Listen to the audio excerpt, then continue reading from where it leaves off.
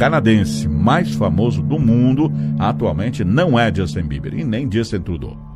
Jordan Peterson, o psicólogo, autor do best-seller 12 Regras para a Vida, se tornou um fenômeno mundial.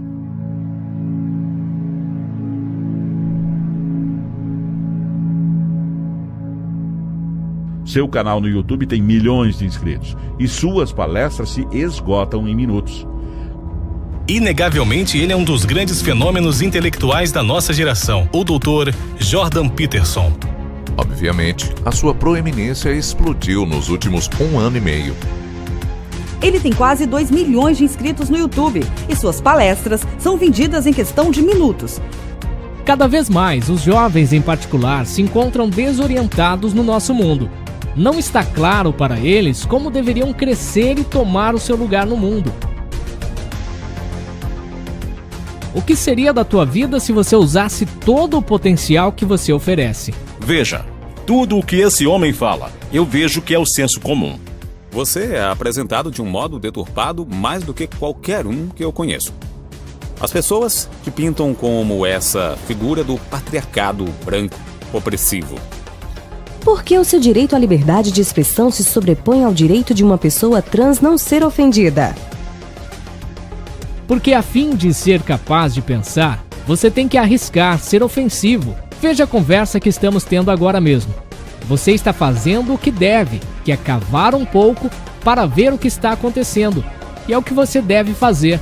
Mas você está exercitando a sua liberdade de expressão para certamente correr o risco de ofender a mim. E isso é ótimo, mas poder para você no que me concerne. Você disse que... Estou tentando resolver isso. Ah, te peguei. Você me pegou. Estou tentando resolver isso na minha cabeça.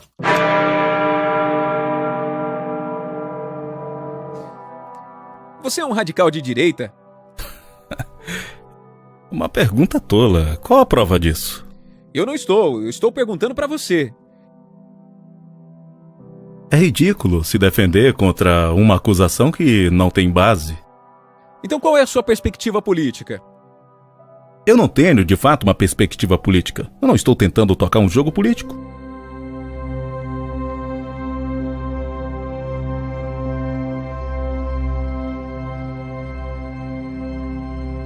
Por que você acha que o marxismo é uma ideologia tão enraizada, comparada com coisas como o liberalismo clássico ou todas outras ideologias que vemos? Isso tem estado por aí desde o século XVIII e está tomando conta de quase tudo, especialmente os campos universitários. Por que você acha que isso é assim? O que você diz para aqueles que falam que você é um pensador de direita? Geralmente não digo muito. Essa é uma desculpa fácil. Se você é um apoiador da esquerda radical, é de onde isso vem? Bem, a verdade é essa. Os radicais de esquerda pensam que suas políticas são razoáveis. Então aparece alguém como eu e diz: "Ei, vocês não são nada razoáveis." Eles então têm duas escolhas. Ou eu sou razoável e tem algo errado com as políticas deles, ou eu devo ser parte da extrema-direita repreensível. Essa é uma escolha fácil. É tipo, você é um fascista, ou um nazista, ou um transfóbico, ou um preconceituoso, ou um antissemita, ou você é um islamofóbico. Há toda uma panóplia de termos que podem ser usados por uma questão de argumentos. Para negar a validade dos pontos de vista do seu oponente, eu não sou fã da esquerda radical. Mas isso não me torna membro da extrema-direita? Bem, essa é uma boa pergunta. Eu acho que os primeiros comunistas, digamos os russos, por uma questão de argumento, eram muito menos repreensíveis filosoficamente do que os marxistas de hoje. E a razão para isso era que eles tinham uma visão utópica. Não que isso seja necessariamente uma coisa boa, mas eles não sabiam necessariamente que era uma coisa má, certo? Então, a antiga estrutura europeia aristocrática estava ruindo, E havia uma guerra terrível e o regime dos czares era... Bem, comparado com o regime comunista, era o céu na terra. Tinha os seus problemas, mas... Sabe, mesmo como disse Nietzsche que o comunismo seria válido como um experimento, mas ele também disse, isto está em vontade de poder, que centenas de milhões de pessoas morreriam como consequências, o que é uma das profecias mais notáveis que sequer já tenha sido proclamado por alguém. Ok, é atrativo, é utópico, mas então há o lado negro disso, certo? Que significa que todos que têm mais que você conseguiram por roubar de você. E isso realmente apela para o elemento Caim do espírito humano. Todos os que possuem mais do que eu conseguiram de uma maneira que é corrupta. E isso justifica não apenas a minha inveja, mas as minhas ações para igualar as coisas, por assim dizer, sabe? E ainda parecendo virtuoso enquanto faço isso. Aqui tem uma boa. O que o marxismo pode contribuir para o nosso mundo moderno? Por Arthur. Pode contribuir a Venezuela. E tem contribuído.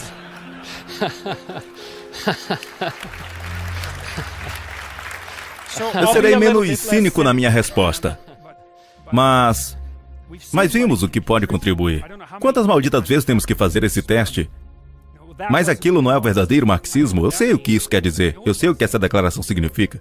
O que isso significa é, se eu fosse o ditador, com o meu profundo entendimento da verdadeira intenção de Marx e a minha compaixão benevolente universal, pois eu não estou contaminado por nenhuma propensão às trevas ou ao pecado, eu implementaria a utopia social. É isso que significa, fundamentalmente. E se alguém disser e afirmar isso, sai de perto dela o mais rápido possível. Mas também é uma consequência da educação tendenciosa que nossas crianças recebem, sabe? Eles sabem um pouco sobre a Segunda Guerra Mundial e os nazistas, mas eles não sabem de nada que aconteceu na União Soviética e China. Frequentemente nas universidades eu ensino um curso de personalidade. Não é onde você deveria estar aprendendo sobre 6 milhões de ucranianos que morreram de fome em 1930. Mas a maioria dos meus estudantes nunca ouviram falar disso. Mas que diabos? Lutamos a Guerra Fria inteira e quase aniquilamos o planeta inteiro por causa dela. E de repente Ora, é um inconveniente para os neomarxistas saberem que os regimes de Stalin e Mao eram brutais além da compreensão. Então, que tal se não falarmos sobre isso? Finalmente, se você for dar um conselho para os pais de meninos, um conselho sobre como, ao modo deles, eles podem lutar contra essa tendência em favor dos seus próprios filhos, qual seria? Primeiramente, eu diria encoraje-os, da maneira mais profunda. Encorajar alguém é instilar coragem neles, apoiar a coragem deles. Isso não significa protegê-los dos perigos. Significa ensiná-los sobre como serem competentes, ensinar que eles podem contar consigo mesmo para prevalecer, até mesmo nas circunstâncias mais negras. Isso é uma parte. Eu diria também, e esse é um conselho específico para os pais, se você tem o seu filho na escola e eles falam sobre igualdade, na classe, se eles falam sobre igualdade, diversidade, inclusão, privilégio branco, racismo sistêmico, qualquer coisa assim, retire o seu filho da classe. Pois ele não está sendo educado, ele está sendo doutrinado. E não há nenhuma desculpa para isso. O motivo pelo qual eu escrevi o capítulo 1 tem vários motivos, mas eu diria que o mais profundo é que temos essa ideia promulgada, primeiramente pela esquerda ignorante, eu diria, de que você pode colocar a responsabilidade pela hierarquia e desigualdade aos pés da civilização ocidental e capitalismo. Isso é errado. Não é apenas um pouco errado. É inacreditavelmente errado. É, na verdade, errado de uma maneira que é contraprodutivo para os objetivos da esquerda, porque há coisas terríveis sobre a hierarquia e desigualdade. O problema com a hierarquia é que ela produz desigualdade. E o problema com a desigualdade é que as pessoas tendem a se acumular no zero. Você tem pessoas que caíram da sociedade. E elas se acumularam no zero e não conseguem sair do fundo. E então eles se tornam raivosos e hostis e toda a sociedade se torna desestabilizada. Mas todo o sofrimento que acompanha essa distribuição desigual de recursos, e a esquerda aponta para isso e diz: isso não é bom, devíamos fazer algo sobre isso, isso é muito injusto. Mas eles dão o próximo passo e dizem que é um efeito colateral único da civilização ocidental e do capitalismo. Não, não é não. Isso não está nem de perto correto, é muito pior do que isso. Há muita corrupção que está conduzindo isso, mas a grande parte é ressentimento. E as piores ações são o ressentimento, o engano e a arrogância. E se você tem esses três trabalhando juntos, cara, você tem uma força que é melhor ter cuidado com ela. Você acha que o marxismo está morrendo ou irá desaparecer, ou acha que ficará mais forte? Eu acho que o que está acontecendo é que está se transformando neste pós-modernismo e política de identidade que é realmente desonesto.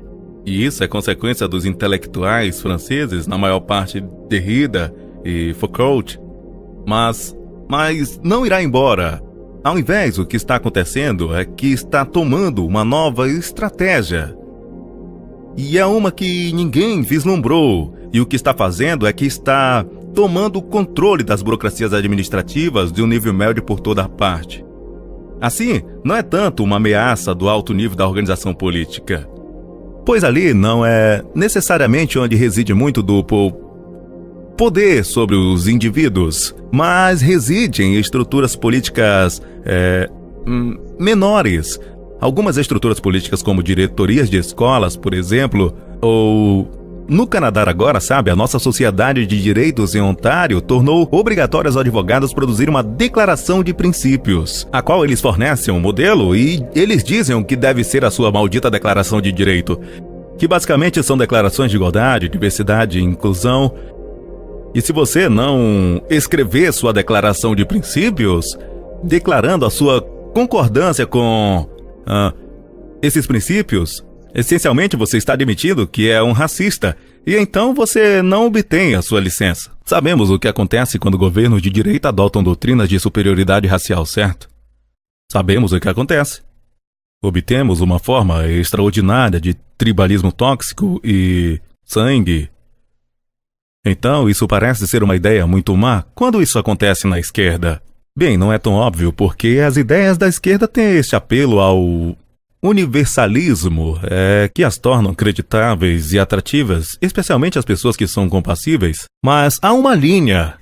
Eu estou sugerindo que a linha é cruzada quando começamos a falar sobre igualdade de resultados, porque tecnicamente não é sustentável. Mas há também este terrível ressentimento que dirige, e esse ressentimento tende a se manifestar num resultado político muito negativo. Uma das linhas do Antigo Testamento que eu tropeço muitas vezes é quando Cristo está sendo ungido com um óleo perfumado muito caro, e seus discípulos repreendem a mulher que faz isso por ter desperdiçado o dinheiro que poderia ter sido gasto com os pobres. É uma história muito complicada, mas Cristo diz aos seus discípulos que os pobres estarão conosco sempre.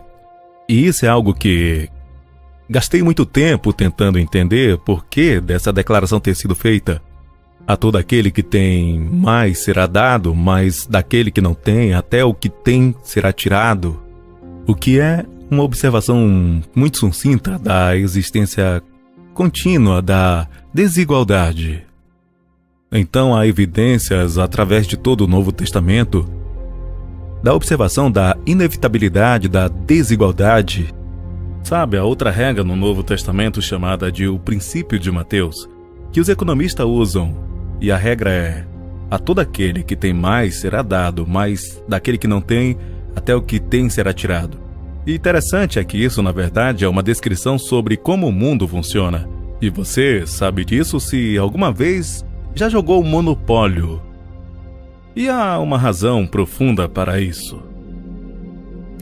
É uma regra muito dura, porque significa, digamos que à medida que você começa a se desviar do caminho, a probabilidade de que você se desvie mais ainda do caminho aumenta não linearmente. Isso é algo terrível de se saber. À medida que você se desvia na direção do precipício, a probabilidade que você caia nele aumenta. E essa é uma justificação estatística para o conceito de inferno. Mas, à medida que você melhora, a probabilidade de que cada avanço produzirá outro avanço aumenta.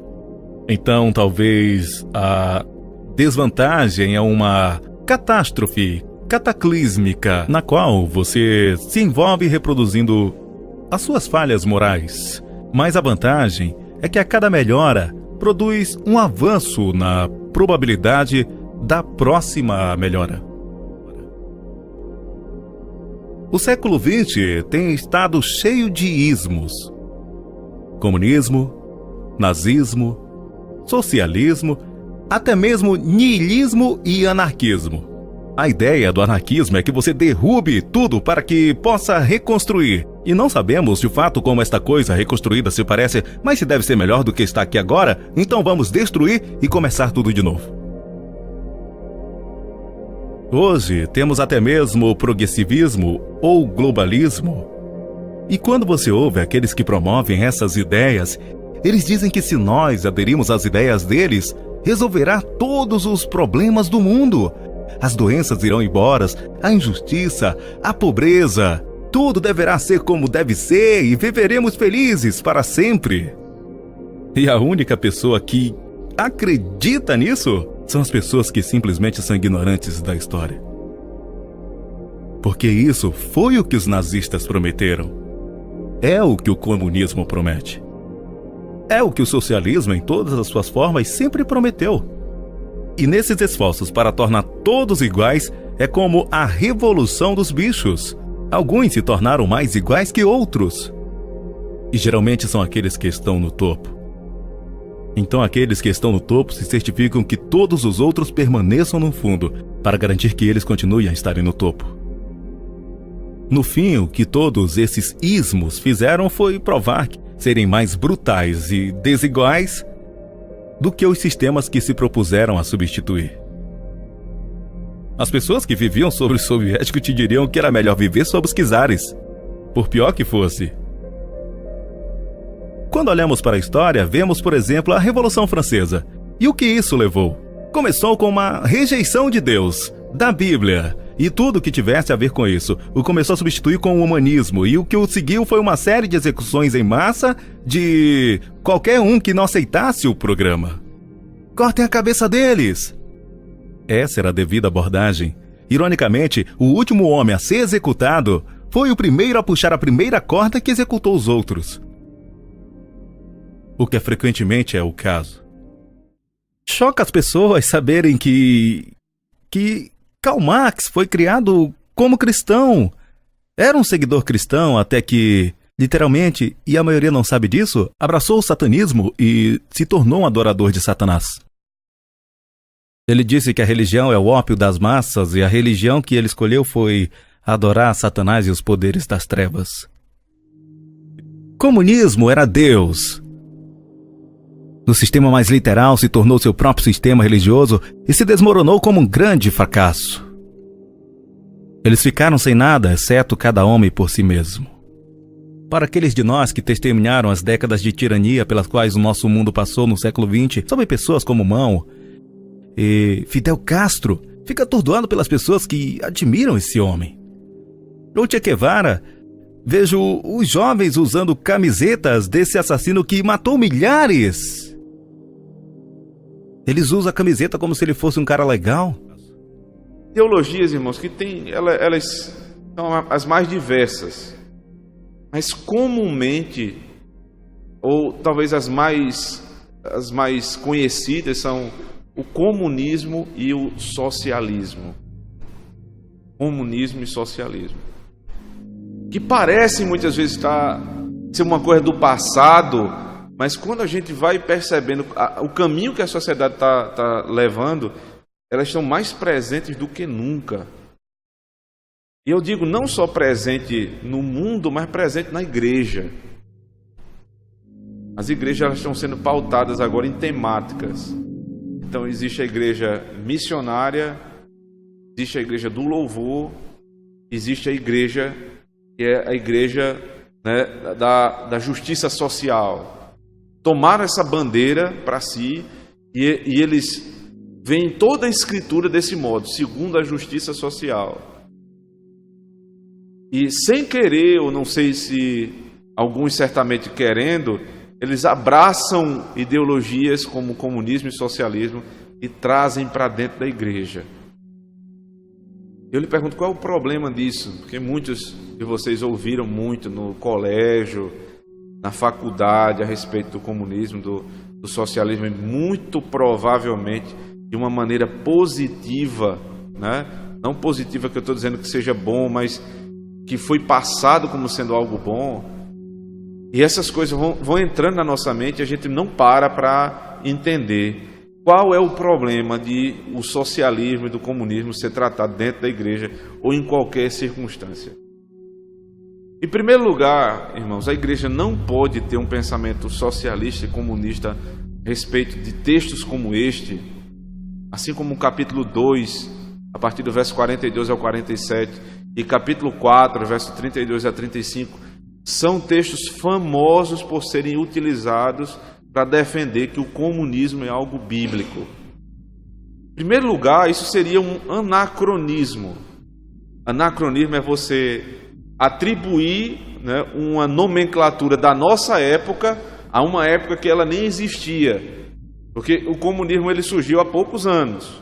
E aqui você está falando de uma igreja que tem 2000 anos. Então, simplesmente o fato de atribuir um comunismo à igreja é uma coisa estranha, é um erro histórico. Mas não bastasse isso, existem muitos outros erros que precisam ser desmistificados para que nós não nos acheguemos a esse texto com a ideia socialista ou comunista. E aqui eu quero fazer um parêntese para dizer que ao tempo em que você diz que o comunismo e o socialismo está errado, você não está imediatamente dizendo que o capitalismo é bíblico. O capitalismo também tem seus problemas. Nós não somos nem uma coisa nem outra. Nós somos o que a Bíblia diz que nós devemos ser. Agora, se você me perguntar o que é que mais parece com a Bíblia, eu diria que o sistema capitalista ele tem muito mais pontos de convergência com a Escritura do que os sistemas socialista ou comunista. Qualquer um que lê o Manifesto Comunista vai lembrar de que Karl Marx, que é o grande autor dessa área, ele diz com todas as letras: a religião é o ópio da sociedade. A religião é a droga da sociedade. O que deixa os homens, né, completamente fora de si. Aí alguém vai dizer, mas ele está falando aqui de religião no sentido lato, né, abrangente. Não, a religião que Karl Marx conhecia era o cristianismo. Portanto, ele estava falando exatamente da nossa religião. E ele está dizendo que enquanto não for tirada da sociedade esse ópio, essa droga, essa miséria que é a religião, nunca vai ser implantado o pensamento dele. Então aí está o primeiro problema. Por definição, o marxismo, o comunismo e o socialismo são contrários à nossa religião. Por isso não podem ser abraçados pelo povo de Deus. Mas deixe-me fazer aqui uma diferenciação entre o cristianismo e o marxismo. Em primeiro lugar, eles tinham propriedade. O marxismo é a negação da propriedade. O marxismo é contrário ao 8º mandamento que diz: não furtarás. E aí mais uma diferença desse tipo de ideologia para o cristianismo. Porque a ideologia mundana, ela confisca, ela retira, ela furta, ela vai no que você ganhou e diz: não, agora é de todo mundo. É impositiva. O cristianismo é generoso. O comunismo é impositivo. Então, veja, as duas oportunidades que a igreja está cheia do Espírito por conta da pregação da palavra, em seguida o texto fala que tudo que eles tinham eles vão e dão. Ou seja, é uma reação à obra de salvação. Não é uma imposição de ninguém.